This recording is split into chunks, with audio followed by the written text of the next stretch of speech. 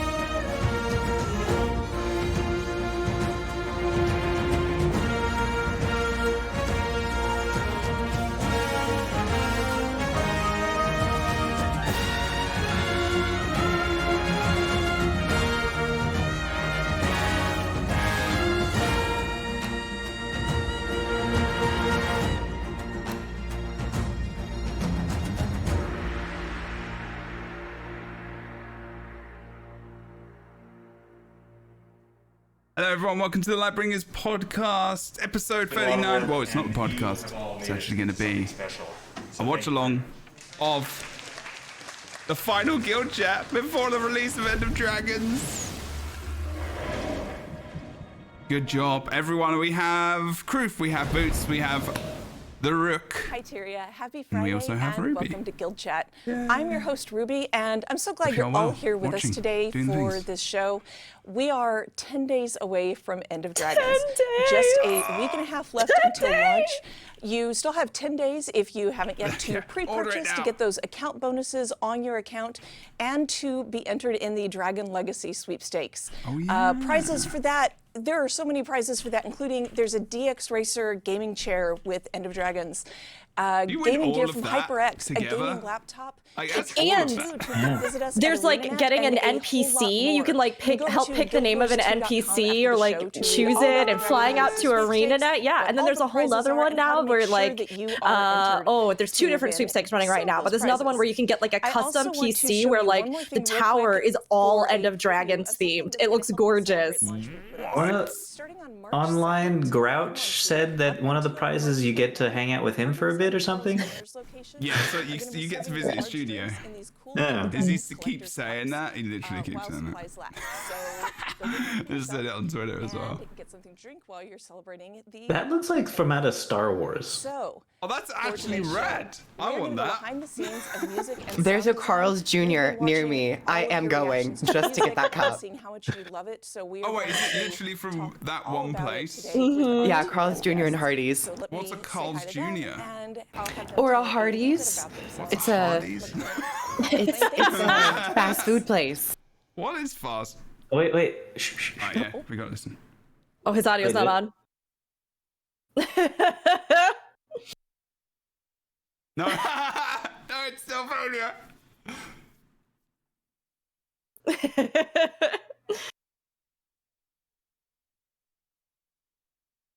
Oh, they don't know. They can hear him in the studio.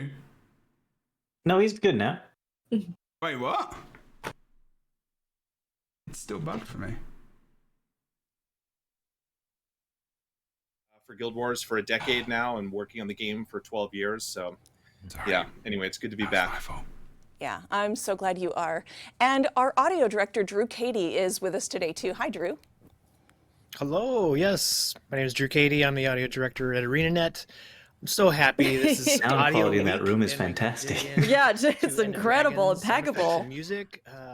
I've been wanting to talk about this. I mean, with McLean, I'm sure we've been like, I want to share this with the world. So happy to be here with you all and to share in the details.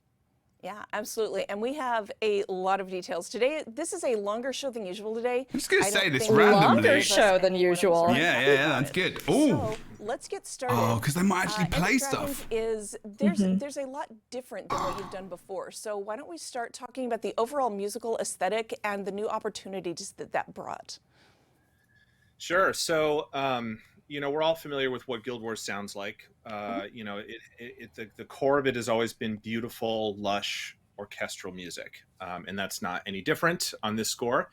But when Drew kind of initially reached out to me to start talking about this expansion, we wanted to talk about what was going to be different, what was going to separate it from the last couple and the last decade of Guild Wars music.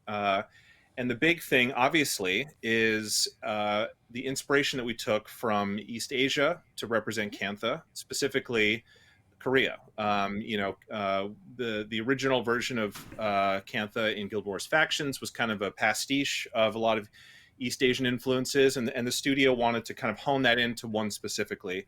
And this time decided on Korea. Does that mean we get which, BTS? From a musical standpoint, Yeah, they're provided an like amazing collabed on the whole opportunity soundtrack, yeah. because this was only something I learned after the fact, but traditional Korean music, which is called gugak or kugak, it's kind of a sort of in between a G or a K sound, is not very well known outside of Korea. I tried to find examples of it in games, in movies, and TV shows, and they exist, but they're very, very sparse, especially compared to more traditional kind of Japanese or Chinese music. That is well represented, especially in the West. We've kind of been experiencing that kind of influence on our pop culture for 50 or 60 years now, but Korea has yet to kind of make that leap. And so I think we have a really unique opportunity with End of Dragons to present this stuff to a broader audience outside of Korea. I love I'm hearing very excited about it. this. So you saw a little bit of that in the video that we just showed with that piece of music, which I'm here to confirm, everybody. That is the main theme to End of Dragons. That is It's gonna so be the good. first thing you hear when you launch the game, and I'm sure there are many people That's who are cool. very excited about that. Yes. I've read all your comments about the Path of Fire theme for the last 5 years, and I hear you. So Damn. we'll get excited about that. There's little snippets in that video of some of the interesting Korean soloists that we incorporated into this soundtrack, but we have a slightly longer kind of montage of just some Korean soloists to give you a sense of the scope of some interesting and unique instruments that you'll hear on the soundtrack. So let's take a listen. Yes. It's just so cool. They brought in these soloists. They have an incredibly diverse range of voice actors for this. They have AAPI writers that are on this. It's been so cool seeing them talk about this and really bring it together. That's an amazing instrument.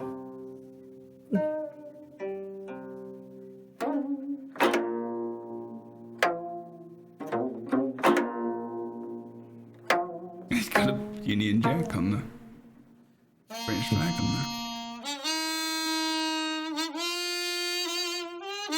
That sounds so Western. Oh, like actual Western. Yeah, like a Western. a Western- Oh, yeah, like a Western film, yeah.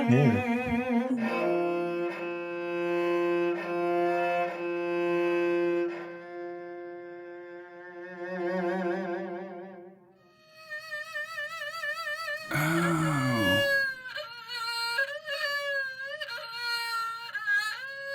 I've seen this before. Mm.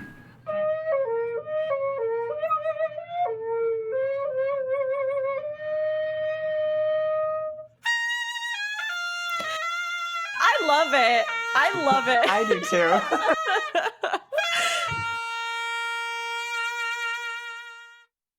And you can learn how to say for next time. 수고하셨습니다. 수고. Sugo. Like 수고. Okay. 수고하셨습니다. 감사합니다. McLean looks like, oh, I don't want to mess this up. It's 4 in the That morning. means good work, or you worked hard and you had a hard time, and so good job. Oh, great. Okay. 수고하셨습니다. 수고하셨습니다. Good. 수고하셨습니다. And it's interesting too. I just saw in the love that chat clip. this little comment about like it must have been really hard to integrate these foreign instruments, but really like so many countries have their own rich musical traditions, right? These are traditional instruments and sounds of music elsewhere. So to learn how to expand as a composer your own understanding of basis of music and you know, the different instruments that can bring that to life and traditions that give rise to it is honestly, I think, just an incredible thing every composer needs to do. So that's, you know, there's a couple extra ones that I couldn't show in the video because we didn't have video of them, but that range of instruments is really the heart of this soundtrack, and those musicians were just unbelievable. It was such a joy to hear them playing and bringing that really distinct Korean sound to this score. Yeah, So absolutely. let's. Oh, yes, go ahead. I think we're going to say the same thing. Let's look at more of them because, like you said, there's more than we could show. Yeah, so there's kind of 3 broad groups that they can kind of be broken down into. There are winds, you know, which are powered by the human breath. There are the strings, And then the one brass. and then there are there's percussion, right? So let's take a look at some of the wind instruments first. Okay, so I'm gonna do this clockwise, and I'm gonna do my best to pronounce them. So in the upper left-hand corner, we have the taegum, which is a large bamboo flute. Then to the right of that, we have the taepyeongso. Below that is a combo picture. Very difficult to find pictures of some of these instruments, by the way. So below that is the danso and the sanghwang, which I'm sure I'm not pronouncing that properly, but that's my best attempt.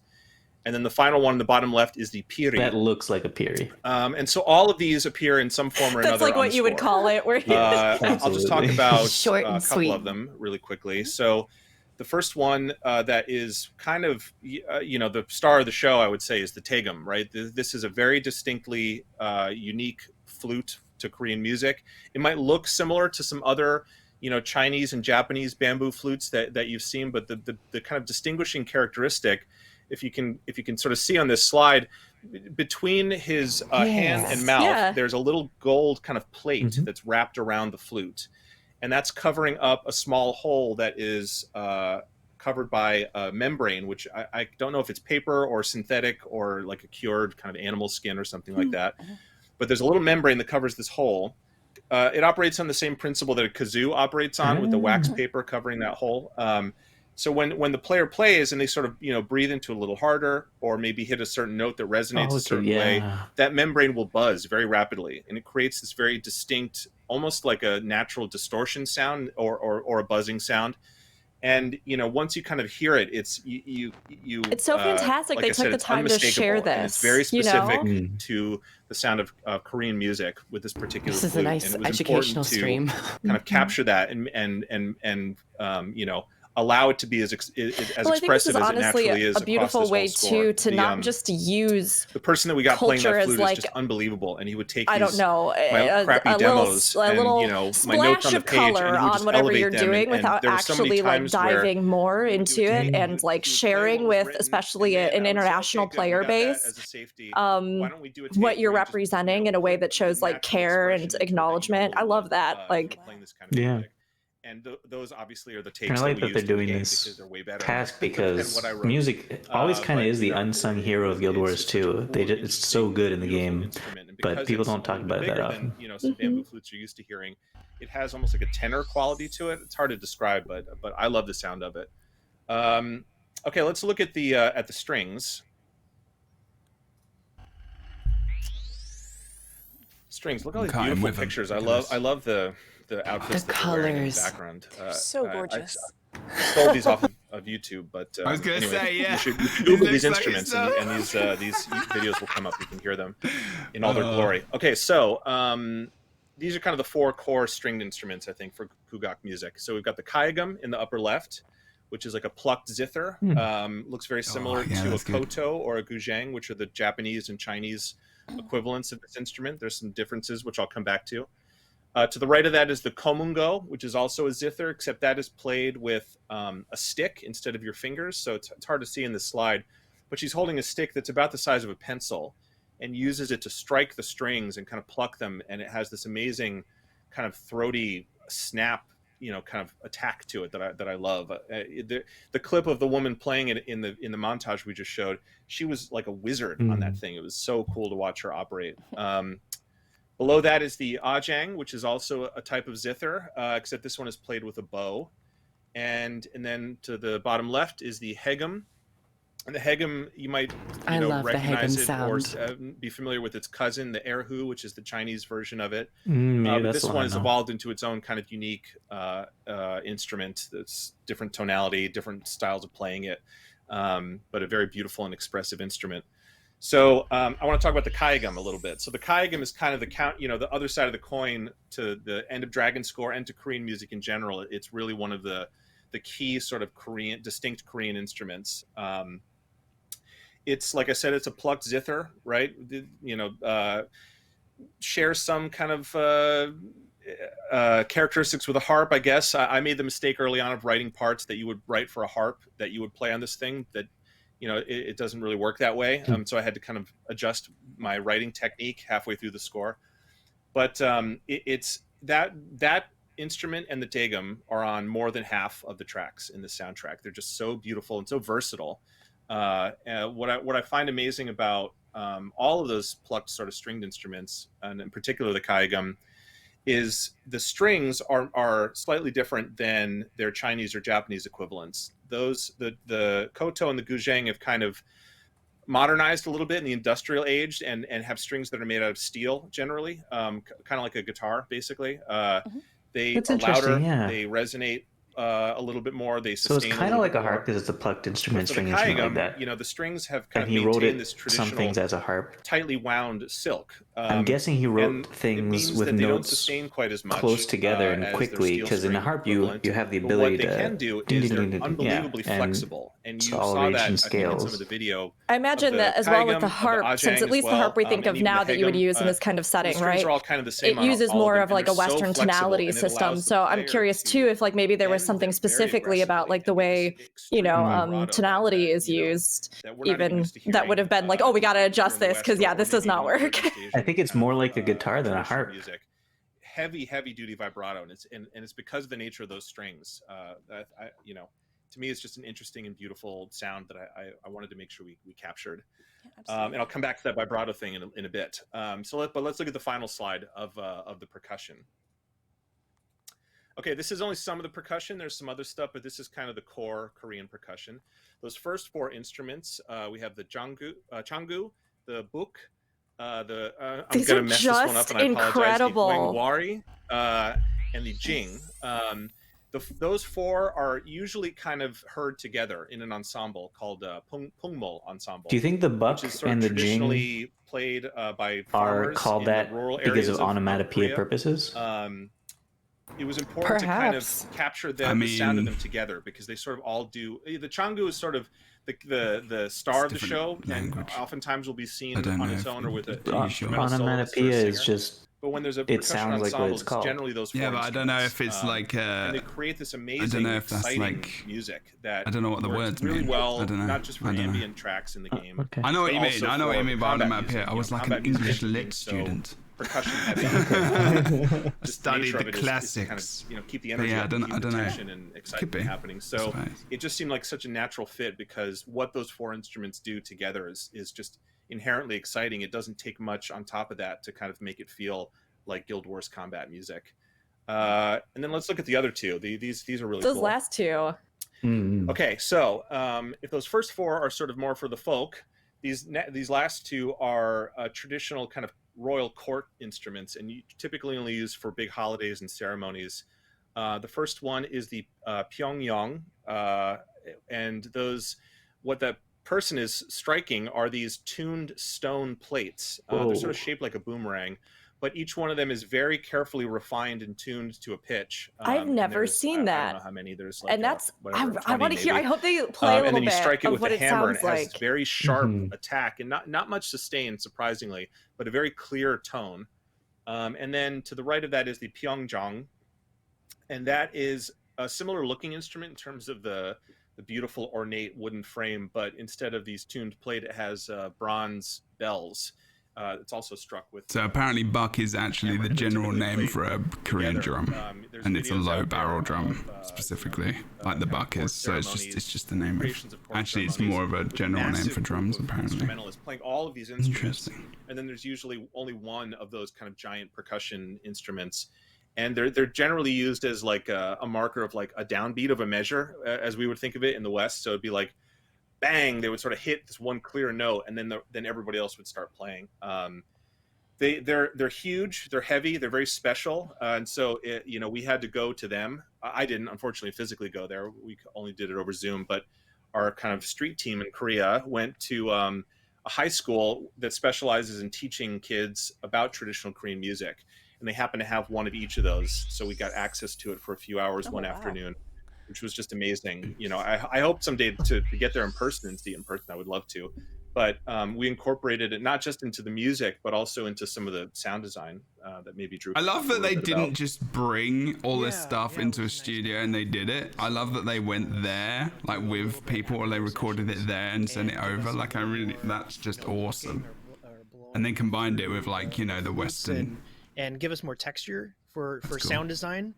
It's so interesting when we're talking about two different music and sound effects, and we want to blend those together and to make a really immersive soundscape. And so this gave us the opportunity to get the textures back into the sound design. So we did another Foley session at the high school and got even more instruments that we didn't have with the solo instruments that we were recording for the soundtrack, and that was so great. I can't thank them enough for taking the time to give us more opportunities to have that sound design textures. It's like a toolbox. We're making a toolbox, and at ArenaNet, when we do each expansion, we're looking for those opportunities to make a specific theme and really dive in deep, and I think we really did it this time. So they would have all of this sound potentially for like future like living world maybe as well, I guess, if they're continuing in this region. They just have like all this stuff. For a whole new distinctive sound to build for End of Dragons. So can you go into the background of that a little bit? Sure. So Kantha is not Korea, right? We're not making a game about Korea, but we want to honor that culture. So it took a lot of studying to kind of find the balance, I would say, of what makes this type of music played on these instruments Korean, and then how do we adapt it for Guild Wars? There's, in addition to just the instruments, which is kind of the, having access to them is sort of the first part of the battle, because you just have them play something and it will automatically sound Korean. But we also wanted to honor, the traditional Korean approach to melody and harmony and rhythm, and these are all very distinctive to me, to other East Asian cultures. It took a while to kind of wrap my brain around it, a lot of Googling and a lot of Google Translate, copy and pasting, characters that I can't read into YouTube. But yeah, there's those three things. There's three aspects of music, across the world, across every culture. It's melody, harmony, rhythm, right? Those are kind of how everything can be broken down into. So for things like melody, let me come back to that actually. So for things like harmony, because it's more interesting, and I'll ramble a little bit about it. But for harmony, in the West, we're used to, like an orchestra, for instance, playing, the violins might have a beautiful melody, and then the woodwinds or the brass or something might have the accompaniment playing the chords in the background, and then you might have another section playing a counter melody or a harmonized line with the melody. we're very familiar with that sound. Korean music, it doesn't really approach it like that. They even though there's all these beautiful instruments, they tend to play melodic figures all in unison. And so, incorporating that into something like the main theme that we heard at the top, you'll notice that when those instruments are playing the melody, there's not a ton of harmonic support, and there's almost no, I don't think the main melody is harmonized. It's literally just like, everybody get on this, play the melody in whatever range works Just for you. like a boss fight. Just and it's great everyone because, spam your for something skills like a at main once. theme, Go, you want go, it to go. catch you, want it to stick Well, in it's your actually head, and really an everybody's interesting playing thing it, because you're gonna notice it, right? harmony, as it's known a lot of times in the kind more West, was actually traditional something that Western very much came from orchestral Western approach doesn't musical really kick in tradition. until the B Whereas a section lot of of it, when other there's like kind of musical secondary traditions may melody, focus and on there's the different violins elements, sort like of take it rhythmic up, and there's elements or counter melodic lines and the horns lines, and or things like like that. every But musical then the tradition back has half, it different truly areas is that like, maybe were like bam, focused and everybody developed. just play the And like the melody. concept of multi-layered, Except for the brass, which they coordinated sound awesome playing harmony these was low very much chords. something that That's isn't what they like to representative do. everywhere as like a trait So in then, music and musical tradition. in terms of rhythm, this also you hear a Yeah, little it's so bit interesting in that that's what they did for the main theme. They went in the West, the our sort of Korean default version rhythmic of structure is everybody based play the around, melody. even numbers, right? 2 and 4, right? So you've got, like, if you're going to count it off, you would have 1, 2, 3, 4, right? And it would be just, increments of 2 or 4 or 8 or whatever. And it's not completely uncommon to hear things that are in what they call sort of a triplet feel, or a triple meter, or 3/4 time is kind of an old-timey way to refer to it, where things will be subdivided in groups of 3. A lot of traditional Celtic music, I'm not sort of evolution old-timey. of folk music has this sort of triplet feel. I guess But he says old timey in because Korean 3/4 music, would what be more so of like much a of the waltz. rhythmic It'd be like a structure is reference based to like a around waltz. so things that are divided into 3 or 6 or 9 or 12. That old There's Jebro interesting music other much more in complex 3/4 rhythms time. that I still have a hard time grasping. But the sort of foundation you, is this Kroof. lilting triplet feel. That's that has this that's sort of, like, that's 1, your 2, 3, 1, literal 2, sound 3, effect 1, now. 2, We've 3. got Rooks last And week, so so the main theme, when it finally kind of kicks in, has this sort of 12/8 feel. If for the music nerds out there, that was very intentional to try to give it that distinctly Korean feel. And then in terms of melody, this is where it gets exciting, right? Yeah. There are multiple kind of different approaches to a scale called the pentatonic scale, which is foundational to a lot of folk music around the world, for reasons that are too sort of lengthy to get into here. But a pentatonic scale, if you're a music nerd, you know what that is, and you might be very familiar with the way it sounds. But the way that different kind of traditional cultures in Korea approach that, it varied by region, right? The country could sort of be divided up along sort of the topography of it, right? The mountains and riverways separating different regions, and each one of those distinct regions developed a unique approach to scales. But there's one in particular, which we have a slide of, which we can show, that is very, very distinctly Korean. And I really apologize, I'm going to butcher this one. Okay, so this is pronounced Yukjabaji Tori. And even though it's all written as one word, that suffix Tori, T-O-R-I, just means scale or mode. And Yukjabaji is kind of the name for this particular type of mode. And if you look at it, it's very simple, right? It's essentially just 3 notes, or kind of like 3.5 notes. And this sound, once somebody pointed this out to me, I heard it all over Korean music, everything I was listening to, I had this like light bulb moment of like, aha, there it is. And it kind of was my access point to incorporating this music into Guild Wars and how we would kind of adapt it. So I have a piano sound up here, which I hope you can hear. I'm gonna turn my mic around. It's gonna be incredibly loud. So I'm gonna play it. So if we can get that on screen, Just again, blasting our eardrums. It's gotta be. So, Vibrato, plain tone. If we Western approach if we to don't music, actually see him play it, I'm gonna be sad. This would be in the key of A, and A is the middle note where it says plain tone, right? So that's this note.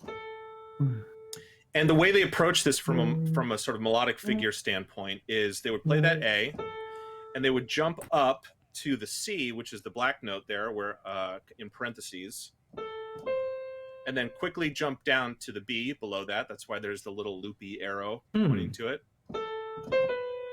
right? And then from there would drop down to the E below, which is the note that says heavy vibrato. And so let me play it without talking through it. This type of melodic figure. Hard to it can play be heavy embellished, vibrato you know, with a piano. in many Yeah, different ways, but you it's hear not this in a really lot of feasible Korean music. unless you're using like special effects. Yeah. You'll even hear a little bit of it in the main theme. I did catch that in the main theme. And then, as it says on that slide, when it gets to the E below the A, heavy vibrato. And so heavy vibrato was the first thing that I noticed about Korean music. It was the first thing that jumped out to my ears. Across every one of those instruments we showed in those slides, even across the different types of vocal styles that they have in Korean music. It is a defining characteristic, I think, of Korean gugak music. And it was interesting. It was a learning experience for me because in the West, we're used to heavy vibrato being used for comedic effect, and maybe we can illustrate that now. Oh, that kind of Avatar vibes. And there's another one. There's the slide I whistle. appreciate this so much. They did a sound panel at PAX West about 3 years ago or so. I was there for it. It was so great. It was so good. It wasn't McLean, it was Thingamajig. It's just sorry.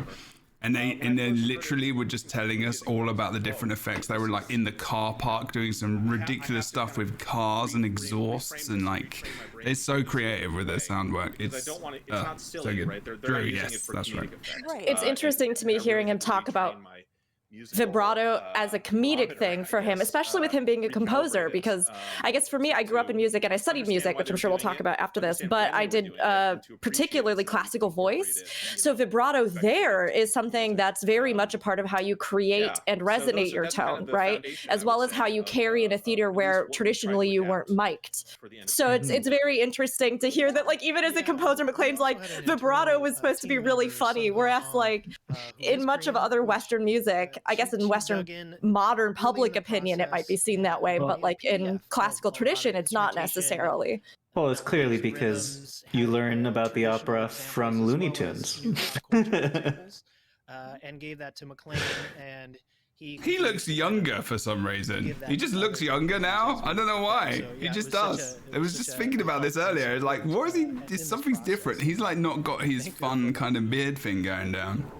I think. Like he had. Oh no, it's this mustache. He had this funky mustache. Oh yeah. Yeah, that's what it is. Sorry, I'm not obsessed with people's faces or anything. I'm just saying. I missed the miss. If that's what it was, I think it's fine. Whole new type of sound. This obviously went. Thank you for the information, by the way, Right Rook. from the beginning with no. It's nice to learn some stuff. Don't make a liar of me. you have a great deal of faith in me. You think very highly of me, and I maybe thought a little bit too highly of myself going into this process. I thought, a third expansion. Well, I've already done it twice. I've been writing Guild Wars music for so long, and I've been making music for so long. Surely I can. Yeah, surely. Honestly, I can, though, it is impressive that he's able to teach myself about bring Korean music in quickly those and, Korean instruments so incorporate it. seamlessly into the orchestra like that. And especially with an expansion with like, from what he showed, 50 or more tracks. That's quite a lot. Oh, is it 50? I think it's like 54 or something. Really? No way. That's I think this might be ridiculous. the longest soundtrack for Guild Wars. Because you can't expansions. just pull in. Maybe they've got like standard combat music that they used to pull in from like the base game, and they've got maybe they've got different tracks. That could be interesting. To get some feedback on, say, is this the right direction? How do we Damn. feel about this? Knowing that we would have to balance the elements of orchestra, Korean stuff, and synthesizer sounds, which we'll get to eventually. Yeah. So I wrote a few things, and some of them were okay. Some of them I stole from later on once I got on a roll and incorporated them into a couple tracks. But I wrote a track that was ostensibly the main theme. I right? love getting it had the demo vibe of a versions main of theme, expansion and it didn't end up being the themes. main They theme. did this with Heart of There are Thorns some too. similarities. They showed us the early renditions. I thought I did a good job. You did, I played it McLean. for the It's studio. okay. We had a Can we meeting hear? about it, and they very politely told me that it was time to go back to the drawing Oh, board. really? So, Yes. we have a clip of it. Let's take a listen. I'll talk a little bit more afterwards. Heavy vibrato.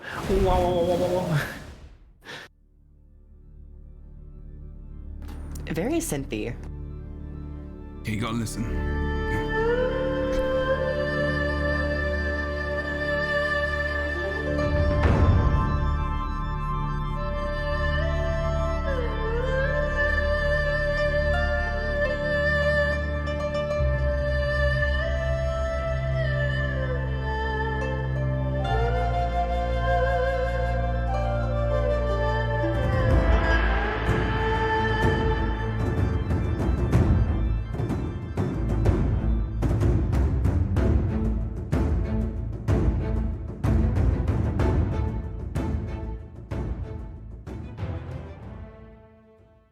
do us like that, McLean? You're really gonna do us like that, McLean? It's painful for me to hear It lost that. me a little bit there until it became a little Yeah. generic. It But sounded that a lot beginning- like the They beginning were was so gorgeous. disconnected is the issue. Yeah. The two- Yeah. Learning process.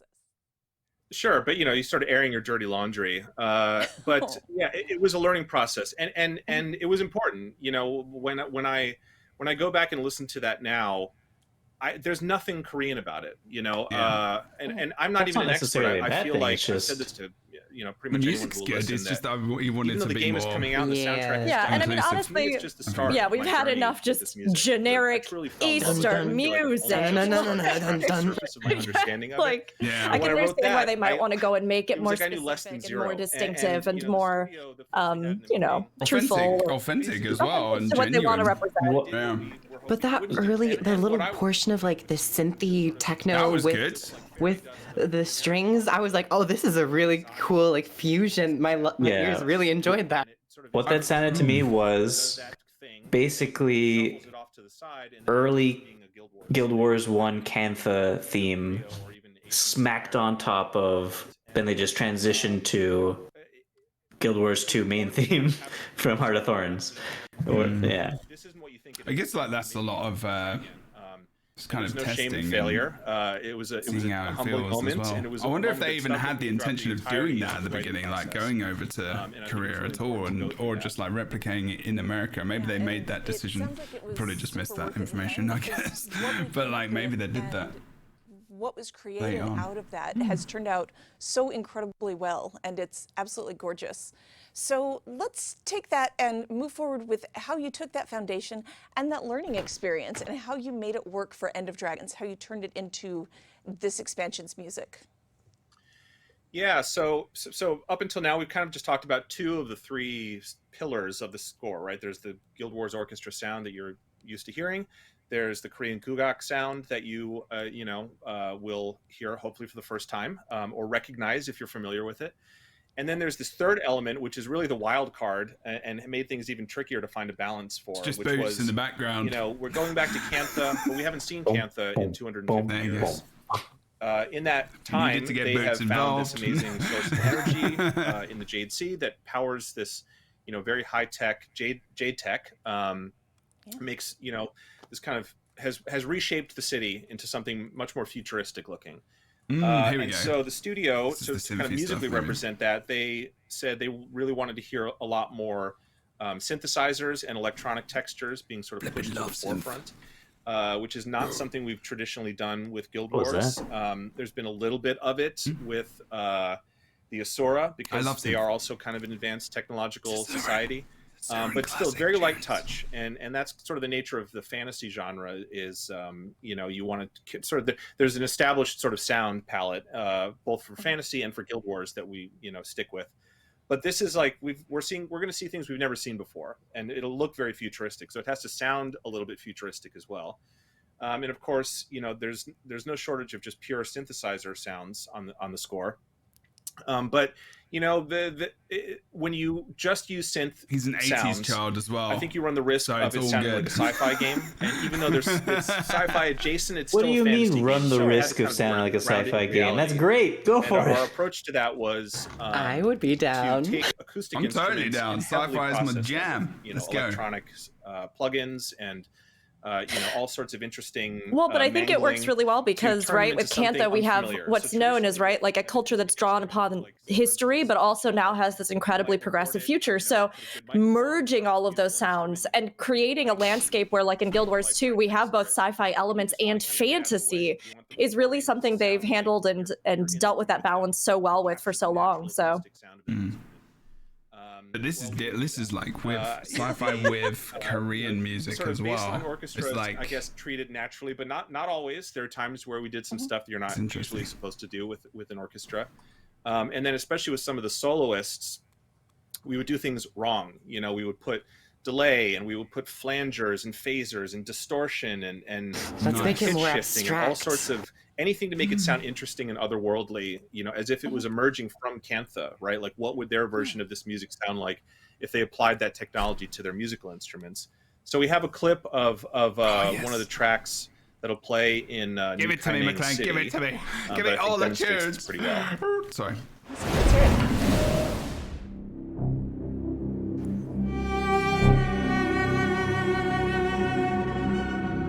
Oh, it's so tense right off the bat. I love it.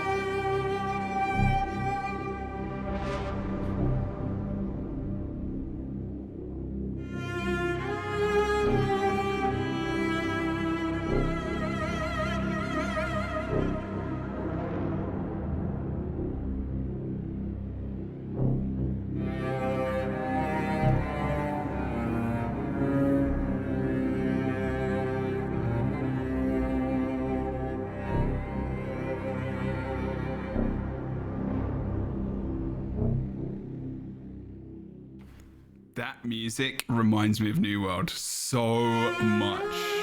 Oh my god, sorry.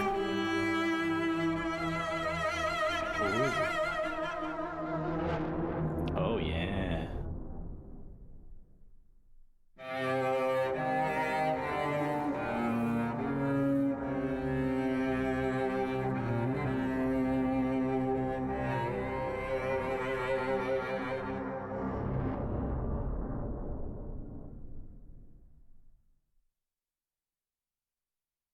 Oh my gosh, that was amazing. I love this track so I much. got chills. I got chills. It's lovely. Blending of So the like fun. I mean, cello and the instrumentation into that synth effect was so smooth and perfect. Really It's just- draws you into the atmosphere there. It's different. That's a completely different style. If you've heard, I would go and listen to the New World soundtrack if you like music like that, because that is a lot of what that soundtrack sounds like in the darker Listen areas. to this soundtrack. Listen to the End of Dragon soundtrack. Yeah, Order enough with the New World. vinyl. I'm just saying. This might be my favorite soundtrack. for That Guild Wars 2. sounded- This was giving me Yeah. like Jed Kurzel, Macbeth, If and like you Arrival remember- soundtrack. It's like all kind of Macbeth. dissonant and eerie. You mean dark? If you Yeah. remember the slums in Kaineng in Guild Wars 1, That would be me and there's a lot of undead things going on there. Yes. This feels very horror. And Zaitan. such a good example. Yeah. There could be weird amalgamations and experiments. Mhm. Supposed to, like, it's dreary and kind of ugly, but in a good way. Yeah. Yeah. So the snippet of it that we heard. Same, it's a much Brendo, I longer pre-ordered track, that obviously, but stuff. The snippet of it that we Indeed. heard. There's really And only the three things slums. happening So there, even possible though it sounds confirmation very that there dense, will right? be There's like the sewer this slums area. drumming synth pad, at Which the we very didn't see bottom. in live Then there's stream. this kind of synth pulse that sort of keeps the motion going, and then this cello solo. and They've that's- used that's a all bit that's of that happening in there. ESO But there's so soundtracks many recently as effects well. and In distortion and reverb and Deadlands. stuff just swirling around you. It's that kind of effect. But I wanted to highlight what the Very cello is cool. doing, outside of it, because it might be hard to kind of, I know what it sounds like because I wrote it, but it might be hard to sort of pick those elements out without hearing it on its own. Yeah, if you've not ordered the vinyl, go and order it now because like it will run out. And they are just incredible at playing both beautiful things, but also coaxing interesting sounds out of, this gorgeous instrument. That are slightly eerie and unfamiliar, maybe can sound a little distorted. It can almost sound like guitar feedback sometimes, where it's hitting, some of these kind of overtones that you typically would shy away from if you're trying to make it sound beautiful. And then also that heavy vibrato. I had a discussion with them about, kind of what makes Korean music Korean, and we honed in on that vibrato thing, and they just went nuts with it. At a How did they couple do spots. the But then vibrato after so we hard got on the this cello? amazing Was it just recording, which already sounded distortion post incredible, effects? That's when it was time to kind of muck things up. a Might little have bit. been. So we put on the delay. Or like they the really just distortion. wiggled that And the idea finger. was if you're in, Must if have you're been in the distortion. slums, that's where all the refuse of Kaineng is kind of coming down to. So I was like, what would this sound like if you were, if like Drew said, if there was some busker that had a cello and was propped up in a giant sewer pipe, where just trash was cool. coming Rick is out of having it. computer What would your problems. music sound like? as it Yeah, my echoes mouse around has been. through I think I that need a new giant mouse. pipe? My mouse So is dying, if so you're don't mind playing me as this I'm over here beautiful shaking it. instrument, and then when I was trying to stops, say you can't actually this get a pretty nasty strong kind of vibrato out of low, cello. rumbly, That's what I was trying to pitch-shifted, say. distorted delay. Through the way It you was actually very play strong it yourself. And, My brother Yeah. used to play a lot of cello and violin, so like you are got that underbelly of wrist the going. city. So anyway, that's one of my favorite tracks. Yeah, it is for good reason. So we talking about this being in the slums of New Kaineng, and you'll hear that down in there. Gives me a good point. I want to talk a little bit more about the different maps in End of Dragons. I know we've been super focused on the music and just how it was built, but let's go through the maps and just talk about how the music They're not and gonna go through the the maps, Chris. actual audio. I hope they do. throughout the map I work hope they together. show So we maybe can start with Oh, they Keith. might do, Okay. yeah. I mean, they'll show art, hopefully. Sure. Yeah. I mean, so we have all these interesting textures and techniques from the Western Orchestra and the Korean gugok instruments and the way that they play. And then we, bring in the synthesizers, and then we have to bring them into the world of Kantha. And that's already a whole lot of options already. And then we have such diverse maps in Kantha, which is just, it's so fun. We had the Xingje, Kaineng City, Ekawald, and Jade Sea. So Xingje, as you were talking about, very traditional, lush, natural, dreamlike. We had Sungha again, since she knows this kind of aesthetic. She did all the sound effects. She implemented while learning the tool. And she actually just owned the whole map. I follow at the her on end, just Twitter. like, you got this. and Go with it. I do too. And so she was complaining about she kind the of ridiculous amount stitched of it all water together sound she and had made to this, Yeah. deal believable. with And because then, it's an island surrounded by McLean comes water. in and writes tons of This just is true. amazing pieces for this. And maybe you can talk a little bit about Xingje. Yeah. So as Drew mentioned, it's supposed to be kind of natural feeling, right? It still has elements of Jade Tech to it, but it's our introduction to Kantha, and it hasn't been sort of fully subsumed by or taken over by this Jade Tech. So, for me, there's an example of this for every map, but I like to have some kind of high level notion. I call it my egghead ideas because I have a giant egghead. My egghead ideas. Should we to start sort of calling your ideas egghead ideas, trigger some Jebro? sort of I think we inspiration. should, yeah. I think we to should. start the Big egg process vibes. of writing for a map and capture the aesthetic. So with Xingje, Dr. it's all what's very his name natural from feeling, even with the Egg- Jade-Tech elements. Eggman. And I Is thought, it well, Eggman? what if I was, Robotnik. sitting on a Robotnik, beautiful yeah. rolling hill underneath that's the fine. cherry blossom tree with my Tegum or my Kaigum, and all of a sudden the breeze kicks up and blows some petals off, and I see them just kind of drifting off into the distance. What kind of music would I make? And the first piece of music I wrote for the map was sort of with that in mind, and it helped me kind of feel what I wanted the map to feel, and preserve some of that natural element to it. It still has orchestra and some electronic and synth textures, but it's very much focused on the sort of natural acoustic aspects of some of these instruments. And then maybe Drew can talk a little bit more about New Kaineng. Yeah. Kaineng City, yeah. Lots of levels, as you previously mentioned. High, mid, slums. That's kind of contrasts each other. And so, with that score you're talking about, it's a little nicer up here. Do they have different It gets music for pretty how heavy high you and are on the murky map? down there. Probably. So yes, Would make sense. Sounds. Wow. Chris That's Burgess actually interesting because it worked would on be this. pretty He's an vertical. internal Vert member and of the Brink team. didn't really do Sound that. design team. Loves synthesizers, has a lot of them. He knows that aesthetic, and so having him do the map was really a treat. He spent a lot of time building up these samples and this kind of toolbox of sounds to fill out Kaineng. And these can be very abstract, or they can be something I could hear these footsteps and people talking in the walla, and I believe that, but what's this other thing, and what's that effect on it, and it just kind of blurs the line, and it makes things really interesting.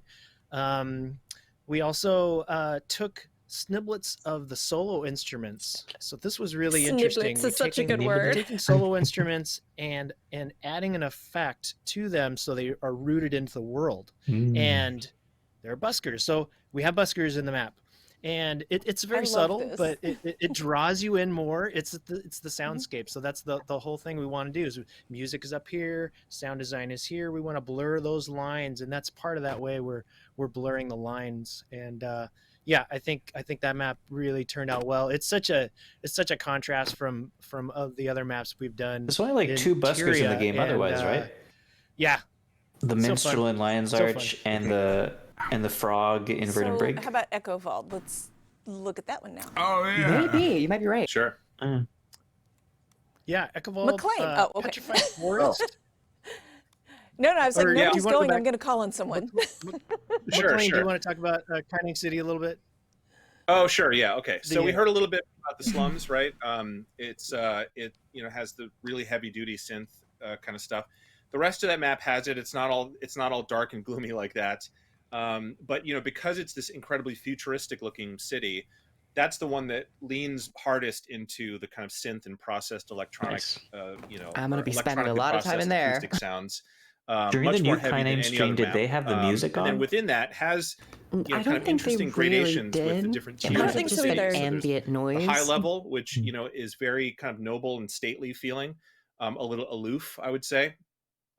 The middle tier of the city is kind of the beating heart of it, right? It's where the working class people live, and it has much more energy to it, kind of a bustle to sort of capture the vibe of the city. And then the lower district, like you heard in the slums piece and some other stuff, it's just dark and grimy, and it's, we don't want to think about that down there. It's we send all our trash to them and hope that it just goes away. But it doesn't go away. It turns into very nasty sounding music. So that was a fun map to play around in. Yeah, then it takes us back to Ekavald. We've done jungles and things like that before. We've never done a petrified forest. To be honest with you, petrified forest's murky. I really love them kind of describing like a all this. cathedral. It's huge. There's but lots of verticality I would have loved to a little it. bit more if they had Lush, small dark reverbs. snippets of It's what they were very talking padded about and muted actually and playing. contrasting something like Especially for Xingye, the which maps is it's individually. kept more natural.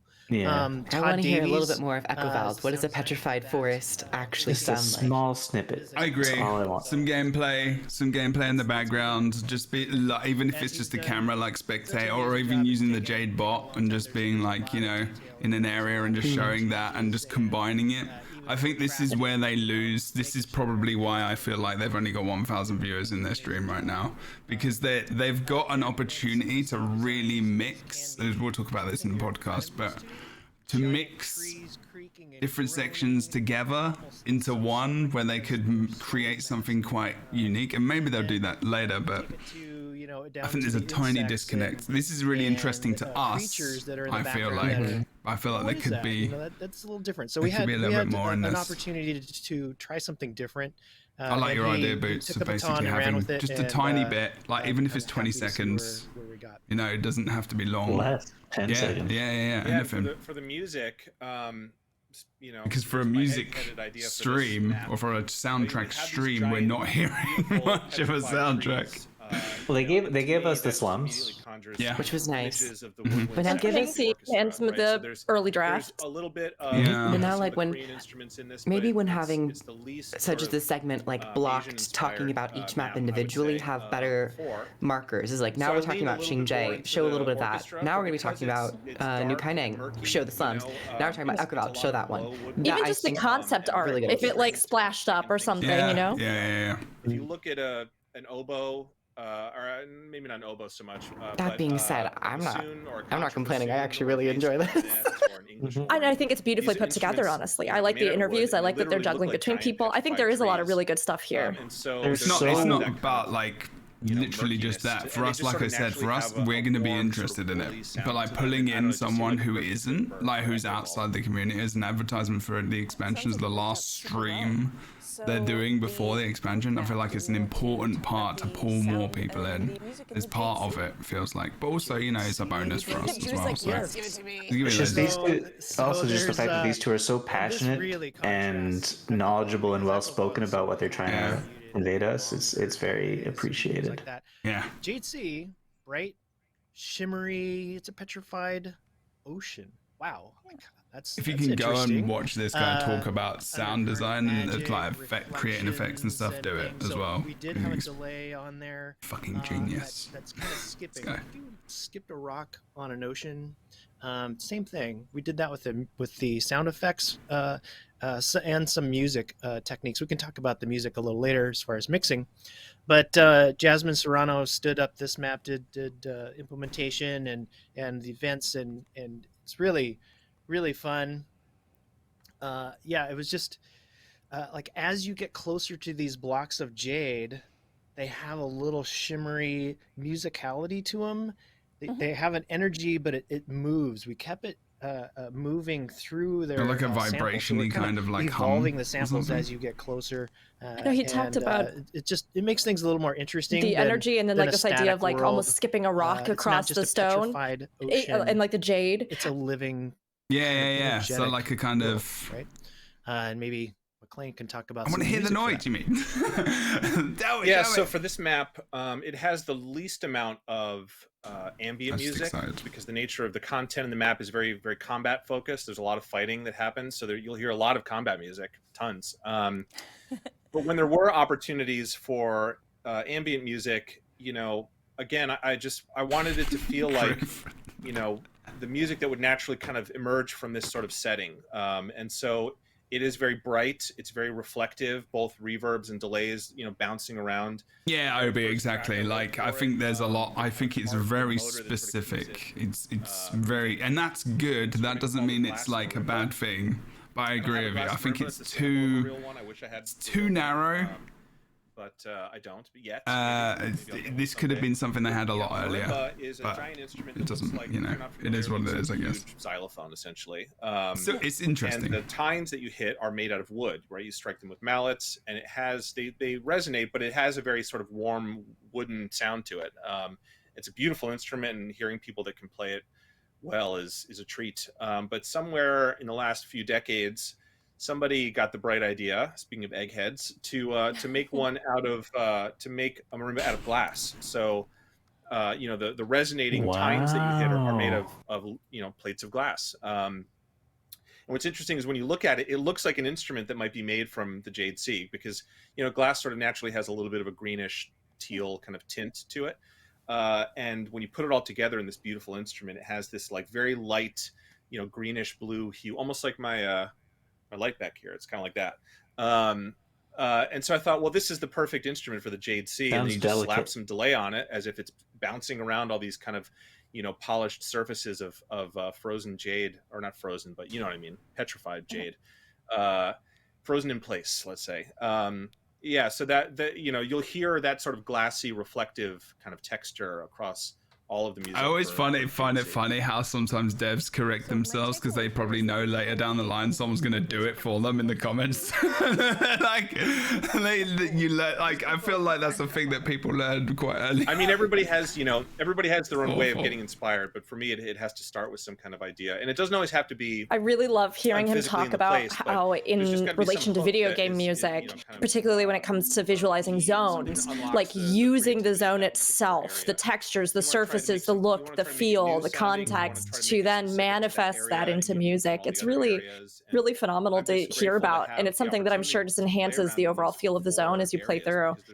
It is so interesting as a music composer for video games. I wonder how quick the process is to be able to compose these properly. How early in the development are the themes of the zones or the themes of what you're trying to do in the story I'm so glad given to the composer for them to be able to get the music out in time for the game to come out? I know they started this over a year ago. I know it's been over a year. And so this couldn't possibly have been a solo effort. It could be a year and a half, 2 years. It must be, right? Must have been working on this for so long. A chance to talk about those people as well. Gladly. Yeah, Drew kind of sprinkled in the additional sound design team into the maps. And so, you know, it wasn't just the two of us doing all of this. I hope we don't give off that impression. It was really important for me to get help. You know, knowing I just had an image in my head of like both of them just running around these instruments, just like playing everything. It's like, quick, do a little bit of this. The entire time, Drew, get that. There's always at least one or two other people. And but this is the considering biggest team the we've number worked of with. tracks, Yeah. So I doubt that they hit the nail on the head the first time. They probably did so many revisions. Unbelievable composer. Yeah, revisions takes like, you know, redos on effects, everything like live effects compared to like post-edited effects. And But I thought, you know, yeah, you can tell by looking at me. I'm not Korean. Didn't Lena also work on the show? I don't have any. Sorry, on the soundtrack? Yes, she worked on a track. There was a track she worked on. Yeah. Bring in people with a, you know, a more Lena authentic being sort of the Korean composer voice. for And what was Celeste, interesting about that, in again, case anybody doesn't humbling know. and sort of teachable And moments. some of the I had a conversation with Michael best very early. soundtrack pieces in Guild Wars 2 to Yeah, she did a lot before Celeste on Guild Wars 2. That's where she started. She started in Guild Wars 2, right? That's where she was. Beautiful melodies and harmonies, and I knew that would be Sure. a perfect fit for Guild Wars.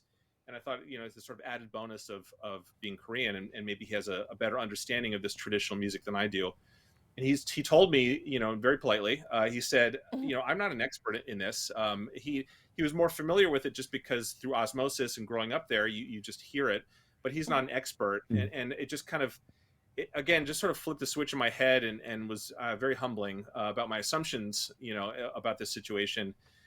If he was coming to me and said, hey, I'm working on a game that's set in colonial America, so you probably are an expert on all colonial folk songs of the 17th century, because you're an American, right? You must know about all that stuff. And of course the answer is no. I have no idea about any of that stuff. And so I think it was important to kind of not treat bringing in other people as sort of tokenism, right? Sure. I want to bring them in for their creativity and their expertise. Anyway, Michael, amazing composer, did a bunch of stuff for the Xingje map. The next person I brought in was a composer named Sojin Ryu, who I met through Michael, who's also an unbelievable composer of traditional orchestra stuff. And she did a lot of the music for Echo Vald and a couple other pieces here and there, but writes beautiful melodies. Just I think I'm not sort of out of place here saying that Guild Wars music is beautiful and it should always be beautiful, even the ugly out stuff. of place. And so that was kind of my number one Never criteria. say that. Was, will they get that? Even if they have a unique voice, will they be able to sort of bring that beauty to the music? Absolutely. And Sojin is just writes some gorgeous stuff I really love. And then we brought back a couple of returning favorites. So we have Brian Atkinson as part of the team. Brian's been kind of involved in the game for, I don't know, last 3 years, maybe a little bit more, doing trailer music for some of the marketing trailers, in-game cinematic music. And for this one, he did some combat music. So he did the cinematics for the game and helped flesh out the combat music and did an unbelievable job. He's just very complex writing that was challenging for the orchestra to play, but it sounds amazing. And then we have my friend Steve Pardo, who Steve is somebody I've known for a long time, since we both sort of started our career in games at the same time many moons ago at Harmonix Music Systems in Boston. Steve wrote a special track that I don't want to give anything away about. Isn't Harmonix if you look up the a little company bit about that Steve, does you might get a sense of what that track would sound like. You'll know when you hear it. Put it that either way. Guitar Hero or Rock Band? And then of course the sort of marquee returning guest is Lena Rain, who Lena has been writing music for Guild Wars almost as long as I have. She contributed I think her first piece was for Winter's Day in 2012, the first Winter's Day festival. And kind of increased the amount of music we could get from her over the years, but she's been sadly missed and absent, at least for the last expansion. And so I knew it was really important to get her back. Lena is you could really hear to the such an last important voice expansion in that she wasn't there. It was rough. Pantheon of music, Rough. and is so good at writing big, memorable boss encounter music that we brought her back for the final confrontation of the game. She wrote a really special piece of And the music final that I'm excited for confrontation, people to even hear. better. And then there's one other person. I really like the Path of Fire The soundtrack. MVP of the soundtrack. Do you not like The most it? important person. I was on the kidding, entire thing. Jebro. Okay, I was like, In my own what? ranking, His name is Path of Fire Okay. is maybe my least favorite out of the Guild Wars franchise. I think it's very unique. Is there anyone out there who knows It's so about, there's so too many of the tracks were just like droning and Yes, ambiance. Yes, I agree. I love the actual composed, like it's all Yes. composed, but you know what I mean? The actual like orchestral or like instrumental compositions from Path of Fire. But I agree with you. There's a lot of tracks on there that are just like, I think they maybe learned from Path. This is why I think they learned from Path of Fire to do what they're doing in End of Dragons, like going to, oh my good lord, going to the actual region and using people from that region, like in the world, as in compared to in the game. Like maybe they didn't go to like.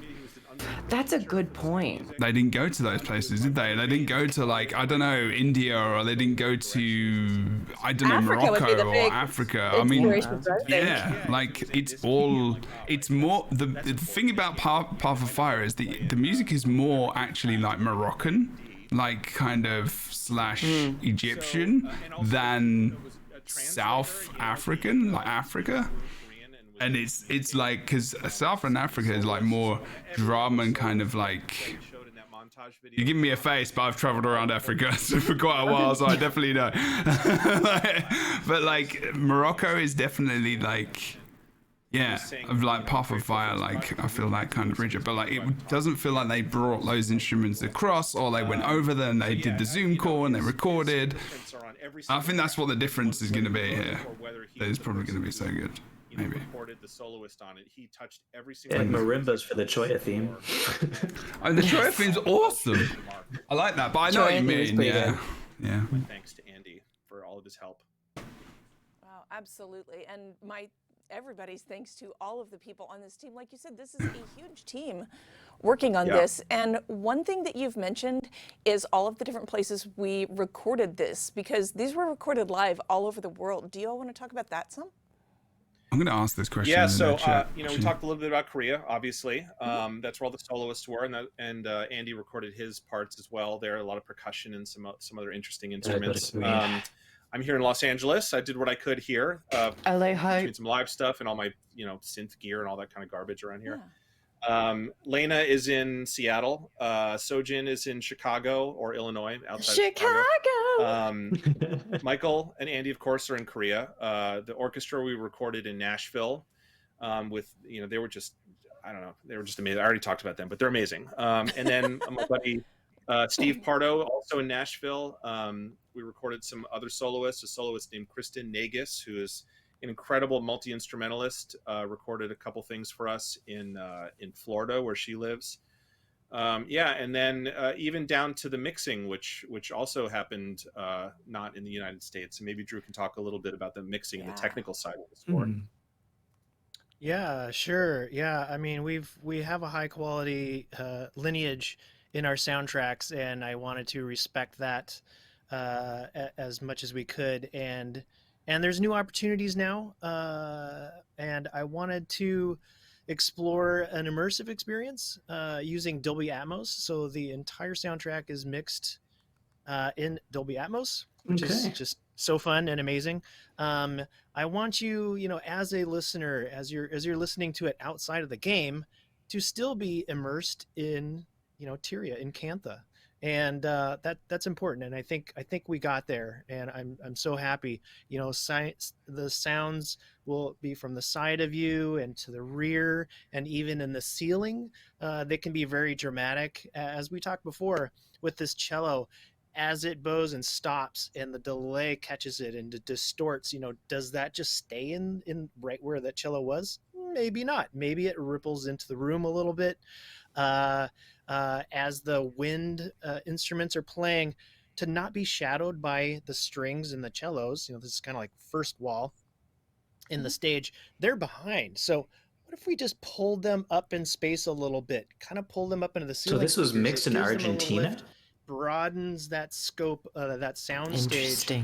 And so we're bringing that listener in. It's kind of like if the normal speakers were in front of you, as they usually are, we want you to just walk 2-3 steps forward, and so everything just kind of wraps around you. And like I said, sometimes it's subtle, sometimes it's very dramatic. I think there's an Echovald piece that it starts off. We intentionally started off centered in the mono speaker, and then it just ripples all the way down, and it takes, I think, 4 or 5 seconds each time this delay. I guess I gotta get surround sound on my computer. It was so funny. Just get it modeled in your headphones.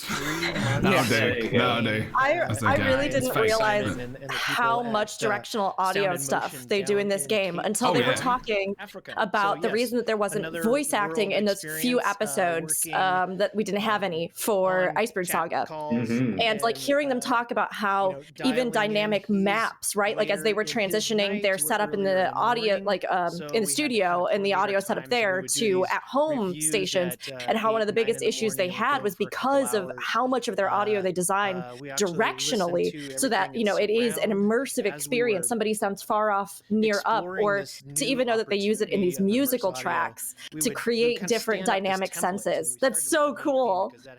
A lot of modern like AAA RPG titles do that. Like especially like when they have that camera, they force you to move over to that area, and the sound is very, very blatant. And if you turn the camera a tiny bit, it really draws your attention. It almost like forces your head back, but the camera doesn't force you back, and you just feel like you have to look at this thing. It's really good. It's more immersive. It's more movie specific. It's more like that experience, right? It's rough for me when I always just have one earphone in and I can't hear some stuff sometimes. Yeah. They have directional VoIP as well in a lot of games. So like there's a VoIP in, I think it's newer, I think Halo as well, I can't remember, but you can hear the sound from like that side if they're on that right hand side of you. It's just like, yeah, if you ain't got that left side in, yeah, don't do that. Not in PvP games anyway. Those opportunities in the different maps is, Xingje is more natural. We did have some delays, like we said before, delays with some of the solo instruments, but we kept it kind of natural and traditional. Kaineng, more delays, distortions, souped it up, ripples down the side. Ekavald, we actually Ekavald was interesting. We used we had a frozen lake in Washington, and we skipped rocks on it, and it goes doo pew pew pew pew pew. Sounds really cool. I love that sound. We actually took that and made a delay out of it in surround sound and added that into the music, which is just me and Simon kind of riffing and having a fun time. Feeling for it's like when metallic or electric cables are taut, and they it's very similar, those two things. It is very, very similar. Slightly different, but I love those two sounds of like that, like the kind of metallic ding. That's incredible. And like to go use that in a petrified forest setting, like we'll just go out to the lake and skip a stone across the frozen water, and then that'll be our sound for the forest. That's amazing. I told you, like, didn't like in for Heart of Thorns, they were telling us how they made like they got a car like and just made sound from the car, like it literally different from like the exhaust and loads of stuff, like dragons. Oh yeah, here we go. Oh, this is the thing. I could hear the direction.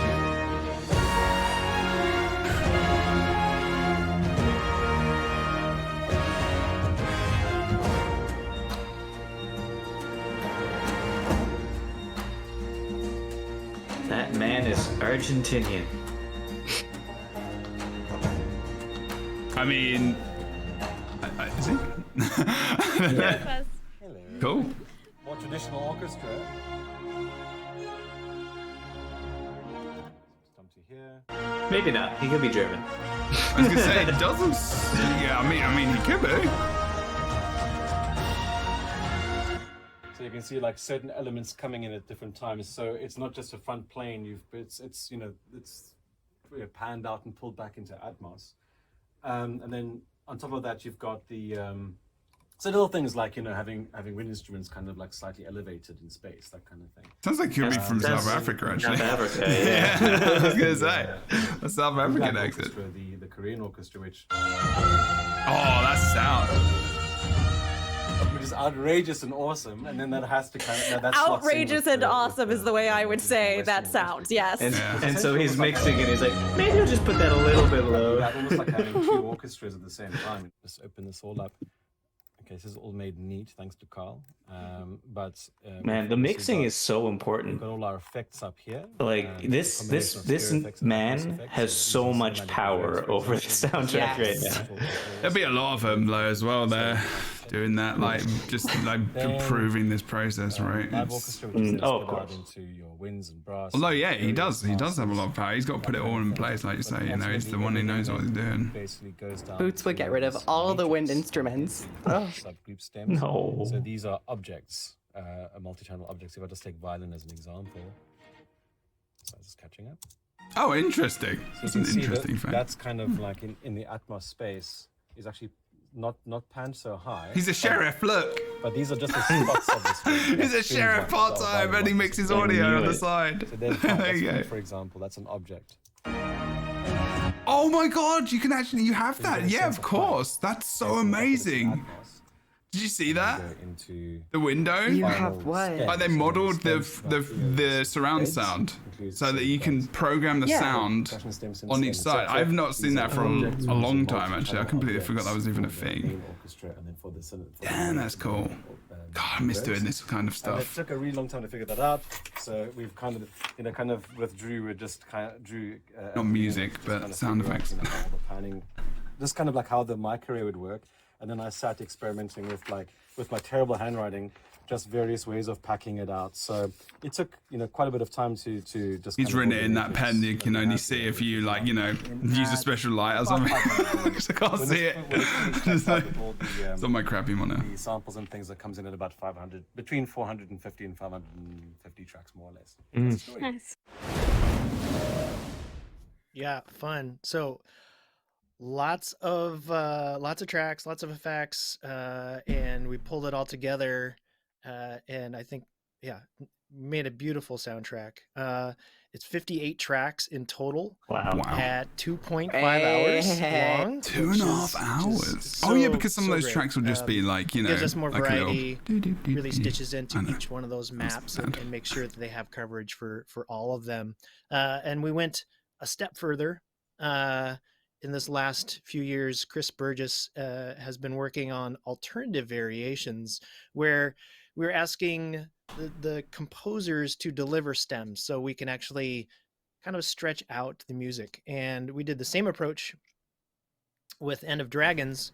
And so Simon would finish a mix. He would send me the project file. I would open it up into my workstation. I would, mute and solo and kind of figure out what I wanted as an alternate option. So I do 3, 4, 5 alts per cue per track, and send that back to him, and then he would render everything. So it was just really a great way to imagine more without composing more. So we already had 2.5 hours, which is a lot. So we actually ended up with 8.5 hours of alternate assets, and it's so nice. I mean, just having that just for the combat alone. Just to have that original, just the lower drive, the percussion, just a few instruments, and then it kind of builds, adds in the strings or adds in the brass, or maybe it's just the percussions and the gugok instruments. We have a interesting little video. I can kind of break down the alternative arrangements for you. Please. Why don't we watch that? Director now. Let's watch all the things. Give me the sounds. Oh, here we go.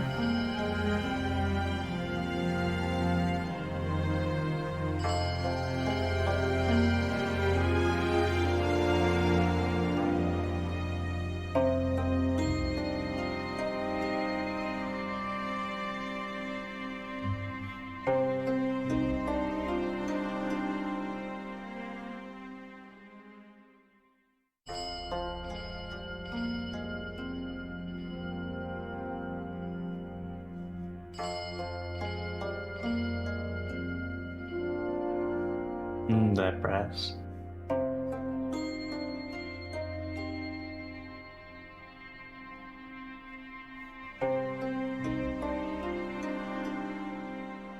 And it's gone. Sounds like someone playing a really, really big triangle. Could be.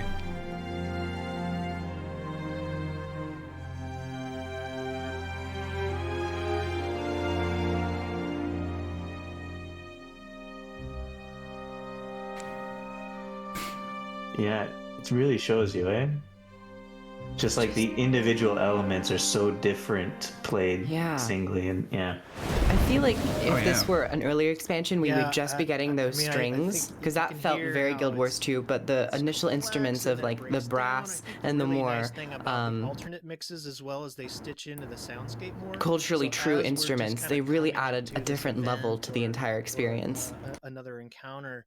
You have to, right? And when you, especially when you're doing, that's what I messaged in the chat, and it sounds like they didn't do go like region specific with like sounds in Path of Fire. That wasn't like someone official. I think it was someone who just knows a lot about the music in Guild Wars 2. But I tweeted McLean, and I was like, maybe after that, hopefully we'll get an answer. You never know. I wonder if we can get him in. I think he would. I think he would. fun. I think that it turned out. It'd be fun to talk to anybody, honestly, like there's, live one officially more from member of ArenaNet. our It'd be team great. We could get someone in there, after definitely. All of that, Easily. mixed everything. They'll be like, We have to master Boots, it. Kroof, So, Rook. Rudy, Hell yeah, I'll talk to them. engineer. It'll be Boots, Kroof, Rook. In LA as well. All right, And, tell Boots to he's in go the Bay off for a Area. week and I'm on. Yeah. Bay Area. But Oh, he's in San Francisco. Okay, cool. Yeah. I'll get a 5 window. Yeah, he took everything, listened intently to. He has to done all the interviews details, with made partners, sure it's that true. they were balanced over all the tracks. I just haven't asked him. And so nothing just kind of really pokes out. He also went through all of the alternative mixes and made sure that those were leveled as well. So we did all this mastering before we shipped the game. So all of the in-game assets are top notch. Sometimes we would ship a Living World episode or an expansion and then master it and then do the streaming. So this was all done beforehand, and it's such a treat to have it all done, and we just kind of drop it in and let it go. So yeah, it's That tells you quite an about how experience early going they through that maybe whole wanted to, process. did want to do it, because the music sounds like it was ready way before the rest of the game was. Yeah. Like that's have accomplished. That's for it sure. doesn't sound they've done that before. Like he seems Absolutely. I pretty love chill that right the now whole as well. sound design conversation today has been, but wait, there's more. And there's Right. so much music, and everyone involved has had so much fun with it. But the thing is, there's still more to talk about as we wrap up. And McLean, I'm actually going to turn to you to talk about the pre-order on the vinyl soundtrack and what's coming with that, because it's amazing. Oh yeah. Sure. So we're lucky enough to have a third installment of the Guild Wars music on vinyl via the incredible people at I Am 8-Bit. So they did a vinyl release for the Heart of Thorn soundtrack and for the Path of Fire soundtrack, which Drew, I think, has, hopefully. It Does he looks have like this. Oh, Oh, here it that's comes. sick. Oh my God, it's gorgeous. Yeah. They go out of their way Thorns. to really, they keyed in, it's green for Heart of Thorns. It's kind of like that purpley hue for Path of Fire. It's so cool. And open it up, we got the concept art. This one doesn't open. Ta-da! Wait. Just kidding. Concept, but there's more on a revolving stage. But yeah, it's pretty cool. They go out of their way, and we're bringing it to you. That was part this of time fun. as well. Yeah, so it'll you can sort of see, I guess, if you go So I'm to kinda glad. That's video content, Kroof, there isn't it it? is. They'll have All right. pre-order. This is Yeah. just a mock-up, but Opening. it's aesthetically in line with the previous two And you get the digital soundtracks, version as with well. the unique logo and Hey. They normally release soundtracks on Spotify now anyway, so. but it's just so cool to have. I do have copies. They're at home. I should have some in the studio here, but I have so I can listen to them. Give us a copy. But if the pre-orders are open now. They opened this week. Oh, I need to get it signed. If you pre-order it, you will get a code that on February 28th, when the game launches. I know you'll be people able to who are saying, download I the see entire Obi in chat, but other soundtrack. people So as well have talked about there's the fact physical that they may restrictions not to how much have music you a can record put player. onto, And we were just vinyl talking about this albums. before So it's stream. kind of, There's actually some pretty cheap, kind of like, highlights ones that you can get represents now, every or map, like every alternatives to still be able to composer. play it, But or there's yes, have it only, as a collector's 20, item. So let's see, I know we got one. I have one 25 next to me that's down something here like that wasn't that 20. expensive to get. Yeah. So Yeah, the go to a mid-20s, thrift store. Also, on like vinyl. I said, I will There's frame 58 this total, so potentially. I'm you not. get I'm the gonna vinyl, pull you it get the out a code little that will bit, essentially and you'll have download like the the music half, you get. or get the record, put it out, put it below, and you have the thing. Oh, They're so cool looking, and to have all three of them together. it just looks good. That's why I don't want to wreck it. They are I might buy absolutely two. gorgeous. When I've got more money. Also, I'm going to give And then you use a one to play. little preview of next week. Starting late next week, we're also going to preview a few End of Dragons music tracks for you that you haven't heard yet. That The starts end of next next week? Thursday, but they are going to be coming to you in a way in kind of an unexpected way. I'm going to leave it at that. Streaming stereo on February 28th. And Drew, do you want to talk a little bit about I'm that? gonna send a and the choir Dolby to Atmos each mixes? individual player to their home All and 58 sing the tracks will songs. be the stereo version on February 28th with Dolby Yeah, Atmos. is it gonna be like an to in-game follow? thing? So we'll be streaming on lots of different platforms. I'm sure you can find one to best suit you and the ones that you have. I'm very, very eager to ship this out to you all. Mm-hmm. Oh my gosh, we're so close. It's almost there. All right. As we wrap up, one more thing I do want to touch on. Drew, you're here representing the audio team because physical restrictions, we can't fit everybody and they're super busy, but you have called out a few of them. So I do want to thank the rest of the audio team who's been working so hard on this expansion. Absolutely. Yeah, we're still head down. We're in the final days. I appreciate this team so much. They are doing everything they can. It's like music is a tip of the iceberg. It takes probably 85% more stuff to do sound effects, VO, implementation, and I've mentioned a few of them already. I would say the other this is a MVP studio at home, right? Yeah, it of looks this like team is Joseph Clark.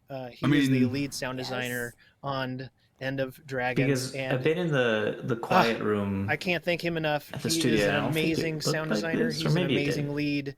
He does not stop at anything. He will not stop until this expansion has the right sound It on looks everything. more like his home. He has touched Yeah. almost every part of this expansion, supporting others, been just a wonderful collaborator and implementer, and yeah, he's just and just a super friendly person overall. So yeah, thank you, Joe. I've talked about Chris Burgess, and he's done even large-scale meta events, helping Jasmine out, and yeah, his work is all over. Lots of MTX items.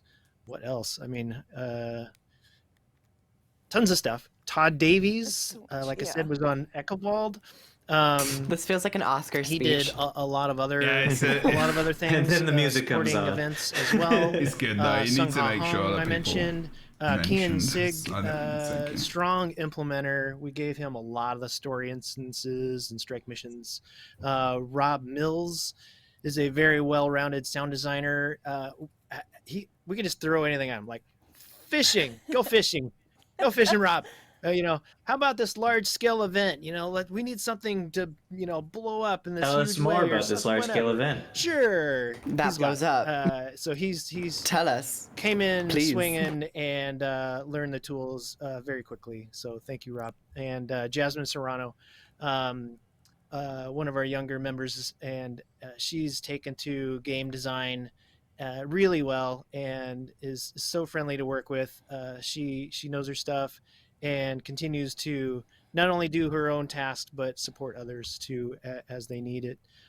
So yeah, there's so much to talk about in sound effects. I really want to have another segment to give everyone on our audio team just some time to shine in this light. And so Yeah, he's a good man. looking forward to that. I can't thank them enough for all that they've accomplished. I'm so proud of them all. Yeah, I'm speechless. And if I get to the end, McLean, I'm such an honor to work with you in this last 2 years on End of Dragons. Thank you for all of your efforts. I was gonna say this last expansion. and this I was collaboration like, has just been unreal. what? I'm Sorry. so thankful. Thank you.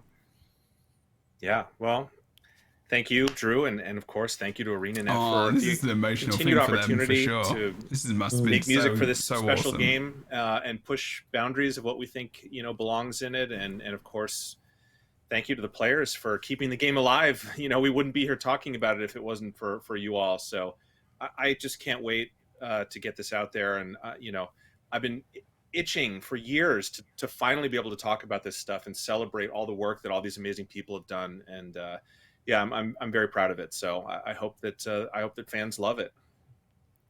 You absolutely should be super proud of it. So yeah, we are very close to everybody hearing it. The horse. And that's our show for today. There's the horse Thank you, in the Elaine background. and Drew, for joining Yes, us. get over this. Been there the Been whole through that. time. On both of the We've been through Yes, this. there's a horse. And thanks This to is all what of happens you when you're for not on the watching. show, okay? We are been through 4 this. days away from End of Dragons. That was We such a have great, lots more such to a share great in these last insight 10 days, into too. all of this. Before Really End of cool Dragons interview. launches, just I keep just your want to eyes sit in a open, room watch with our all of social them and media be like, tell channels, me watch our more, tell me website, more see about the what we're music, doing. tell me more about sound design. We will see you in I Cantha agree. on Monday, February 28th. See you then. Interesting. I'm glad to see that they leave off with make sure to still watch our social medias because there's a lot of stuff coming. Yeah, they have to. Wow, They final really days. do. And we can talk about 10 that. days left. No music at the end? Okay, fine. Alright, then fine. Maybe? They normally On end a on music this, don't they? stream.